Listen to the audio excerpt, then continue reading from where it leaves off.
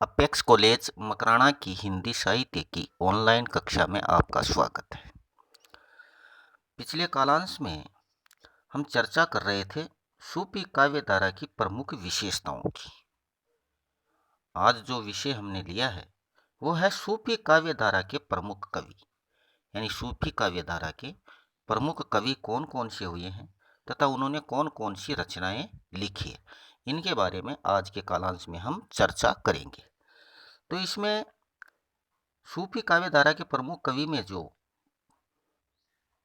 प्रथम बिंदु लेते हैं वो है कुतुबन मर्गावती, यानी कुतुबन कवि का नाम है और मर्गावती उनकी रचना है। कुतुबन कौन है?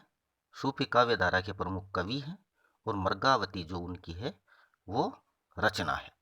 तो कुतुबन मर्गावती यानी कुतुबुन शेख बुरहान के शिष्य थे, यानी कुतुबन शेख थे वो बुरहान के शिष्य थे। ये शेर शाह के पिता हुसैन शाह के समकालीन माने जाते हैं। यानी ये कब माने जाते हैं? ये शेर शाह सूरी जो हुए हैं उनके पिता जो हुसैन शाह थे उनके समकालीन माने जाते हैं। इसलिए इनका आविर्भाव काल सन 1493 ईस्वी माना जाता है। इसलिए इनका आविर्भाव काल या इनका जो अवतरित काल था वो कब का माना जाता है? 1493 ईस्वी माना जाता है। सन 1501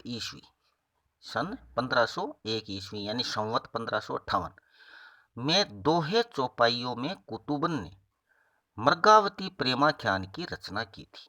यानी सन 1501 ईस्वी में अगर विक्रम संवत देखें तो वो 1558 है। इसमें दोहे और चौपाइयों में छंदों में, यानी दोहे और चौपाई छंदों में कुतुबन ने मर्गावती जो प्रेमाख्यान था उसकी रचना की थी। इसमें चंद्रनगर के राजा गणपति देव के राजकुमार और कंचनपुर के राजा रूप मुरारी की कन्या मर्गावती की सरस प्रेम कथा वर्णित है। यानी मर्गावती में क्या है? मर्गावती में चंद्रनगर के राजा गणपति देव के राजकुमार और कंचनपुर के राजा रूप मुरारी की पुत्री मर्गावती की सरस प्रेम कथा वर्णित है।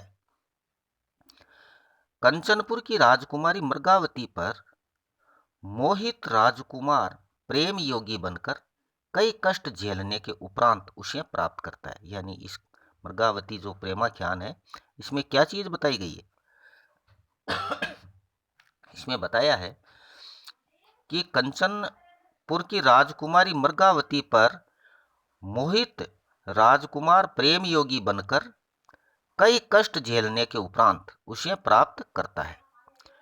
इस कार्य में रुक्मिणी नामक सुंदरी उसके विपदा के दिनों में सहायता करती है। यानी इस कार्य में रुक्मिणी नामक एक सुंदरी थी, वो उसकी विपदा के दिनों में सहायता करती है। कहानी के अंत में राजकुमार की आखेट में मृत्यु और दोनों पत्नियों का सती हो जाना चित्रित है। यानी राजकुमार की आखेट के समय शिकार करते समय उनकी मृत्यु हो जाती है, तो उनकी दोनों पत्नियां यानी मर्गावती और रुक्मिणी दोनों सती हो जाती है। डॉक्टर रामकुमार वर्मा के अनुसार मर्गावती की कथा लौकिक प्रेम की कथा है जिसमें अलौकिक प्रेम का संपूर्ण संकेत है। यानी डॉक्टर रामकुमार वर्मा ने क्या कहा है इस मर्गावती के बारे में कि मर्गावती की जो कथा है वो लौकिक प्रेम की कथा है जिसमें अलौकिक प्रेम का संपूर्ण संकेत है। इस काव्य में कवि ने प्रेम के लिए किए गए त्याग और प्रेमिका की प्राप्ति में उठाए गए कष्टों द्वारा प्रतीकात्मक धरातल पर साधक और ईश्वर के संबंध को स्पष्ट किया। यानी इस काव्य में कवि ने प्रेम के लिए किए गए त्याग और प्रेमिका की प्राप्ति में उठाए गए कष्टों द्वारा प्रतीकात्मक धरातल पर साधक और ईश्वर के संबंध में स्पष्ट किया। यानी किस प्रकार एक साधक ईश्वर को प्राप्त करने के लिए कितने कष्टों को झेलता है वो इस कहानी के द्वारा बताया गया है। कथा प्रवाह के बीच सूफी शैली के आधार पर स्थान पर रहस्यात्मकता चित्रण भी मिल जाता है। यानी इस कथानक के प्रवाह के बीच सूफी शैली के आधार पर स्थान स्थान पर रहस्यात्मक चित्रण भी मिल जाता है। तो इस प्रकार कुतुबन द्वारा रचित मृगावती की यह प्रेमाख्यान अपने आप में अनूठी है। दूसरे रूप में लेते हैं हम मंझन मधुमालती, यानी सूफी काव्य धारा के प्रमुख कवियों में तो है मंझन और उनके द्वारा रचित है मधुमालती जो प्रेमाख्यान है वो। तो इसलिए मंझन मधुमालती, यानी कवि मंझन के जीवन वर्त के संबंध में विशेष जानकारी प्राप्त नहीं हो पाई है। रामपुर स्टेट लाइब्रेरी से इसकी मधुमालती रचना की अधूरी पांडुलिपि प्राप्त हुई है। पांडुलिपि जानते हैं आप, हस्तलिखित पुस्तक। तो जो रामपुर स्टेट लाइब्रेरी है उससे मधुमालती रचना की अधूरी पांडुलिपि प्राप्त हुई है। इस कृति का रचना काल सन 1545 ईस्वी माना जाता है। यानी इस कृति का रचना काल कब माना जाता है? 1545 ईस्वी। इसमें कनेसर नगर के राजकुमार मनोहर और महारस नगर की राजकुमारी मधुमालती की प्रेम कथा द्वारा निस्वार्थ प्रेम की सुंदर अभिव्यंजना हुई है। यानी इस मधुमालती में कनेसर नगर के राजकुमार मनोहर और महारस नगर की राजकुमारी मधुमालती की प्रेम कथा द्वारा निस्वार्थ प्रेम की सुंदर अभिव्यंजना हुई है। अप्सराओं द्वारा मधुमालती से साक्षात्कार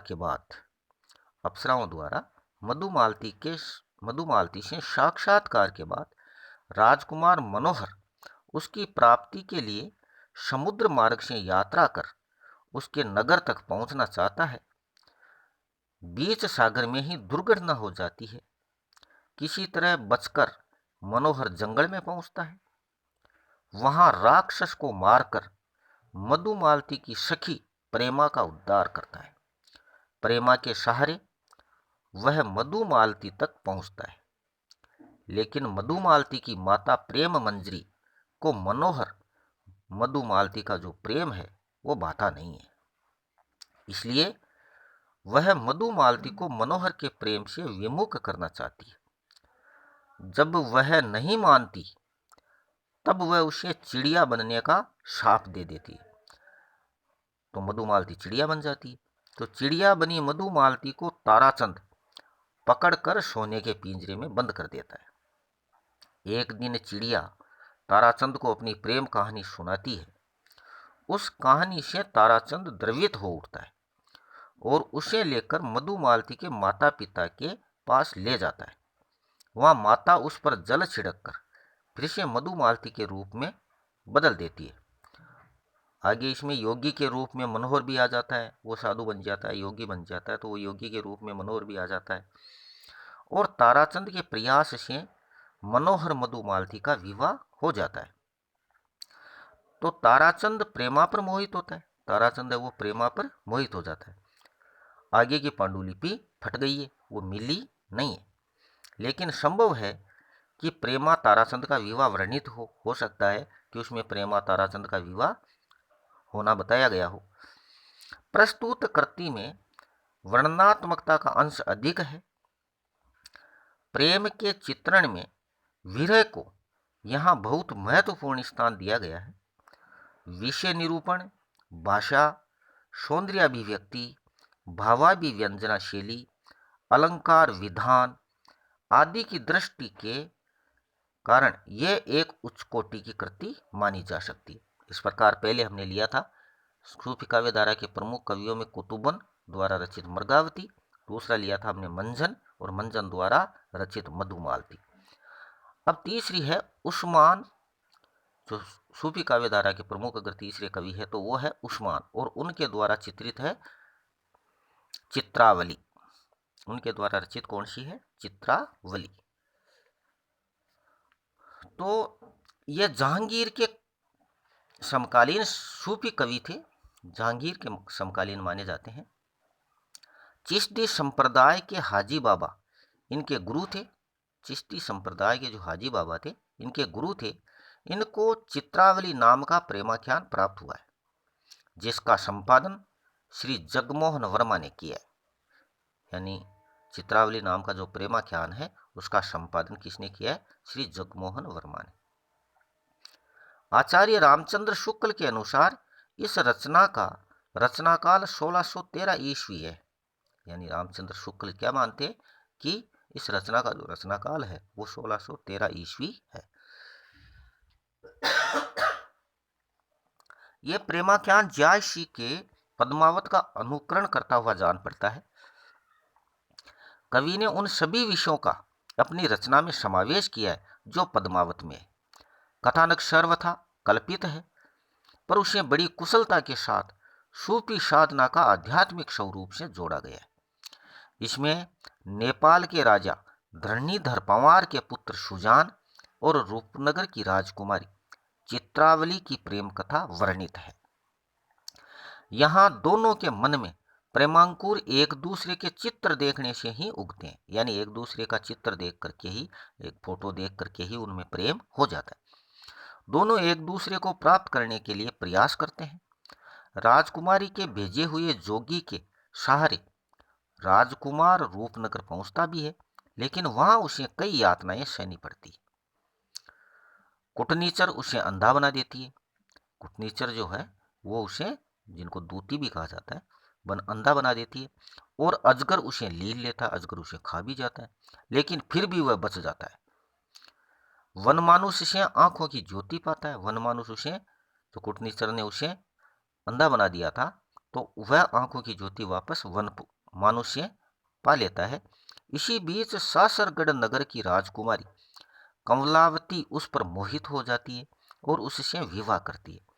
बाद में योगियों के सहारे फिर से वह रूपनगर पहुंचता है और कई मुसीबतों का सामना कर चित्रावली को प्राप्त करता है।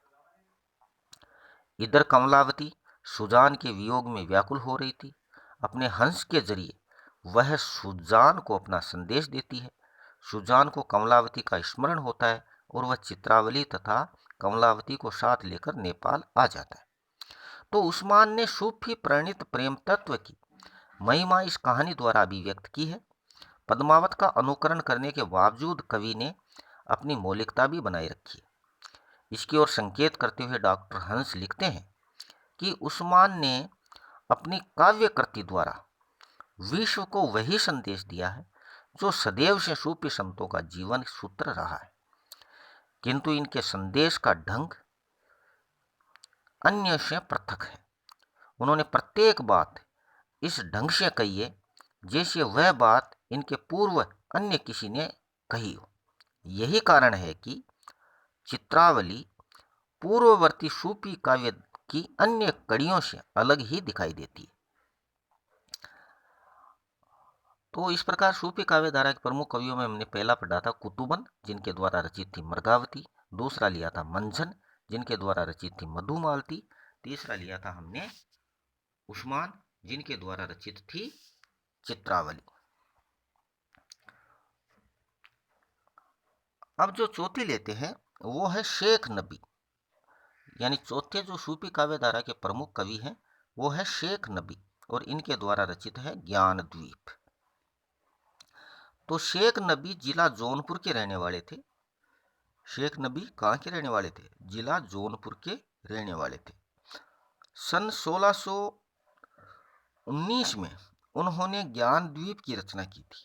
1619 में उन्होंने ज्ञान द्वीप की रचना की थी। इस प्रेमाख्यान में राजा राय शिरोमणि के पुत्र ज्ञान द्वीप और राजकुमारी देवयानी के प्रेम की कथा वर्णित है।